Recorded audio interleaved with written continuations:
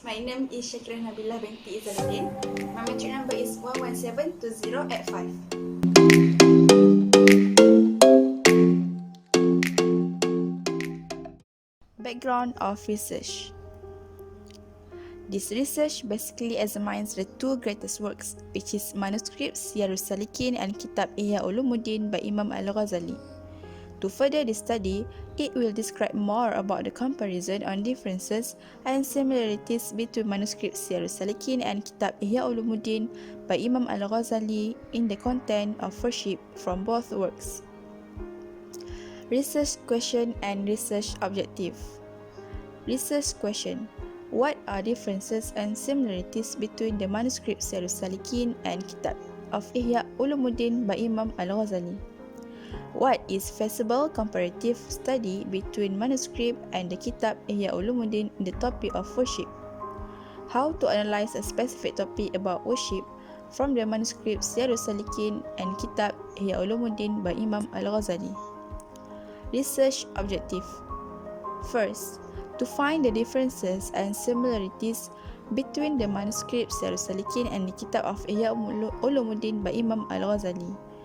Second, to demonstrate a comparative study about the content in the topic of worship between Salikin and the Ihya Ulumuddin by Imam Al-Ghazali. Third, acknowledge the proper way to analyze a specific topic about worship from the Manuscript Salikin and Kitab Ihya Ulumuddin by Imam Al-Ghazali. Problem statement.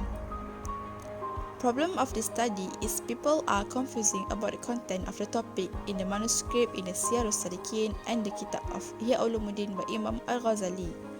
This has been a complicated study because there was no specific research on the comparison on differences and similarities between the Salikin and Kitab Ihya Ulumuddin by Al-Ghazali in the topic of worship. The Salikin manuscript consists of 4 volumes. The book is commentary on Imam Al-Ghazali book of Ihya Ulumuddin and was written in a classical Malay scripts. As the description book that was shown in it only focused on the first 10 chapter of 3rd volume of Sayr, which is mentioned and speak about related to the heart and soul. Ulumuddin A 2016. This qualitative study will explore and discover more about comparison on differences and similarities between the content in the Salikin manuscript and the Ihya Ulumuddin by Imam Al-Ghazali in the topic of worship that consists of 10 chapters in it. Significant research.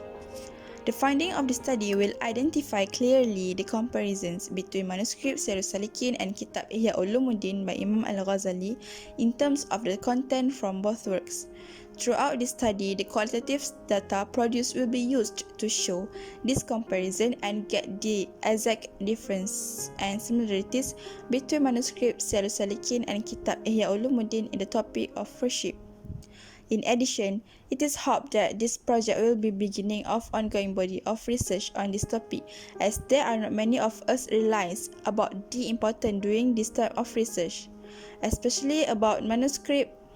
Throughout the study, people will also gain more knowledge about manuscript and Kitab Ihya Ulumuddin by Imam Al-Ghazali. Thus, this study is very important for those students who want to write a master or PhD thesis about this topic, especially in the content of worship in Islam, where they can collect information from this research and make it as reference. Literature review. Previous studies shown that there are many works that have been conducted in the field of an analysis comparison between manuscript and the ancient book of Jawi. Topics of research conducted cover on the topics such as from the source is about the development of Jawi Makmur Harun ETAL 2011 in his article entitled Jawi, Writing in Malay Archipelago Manuscript.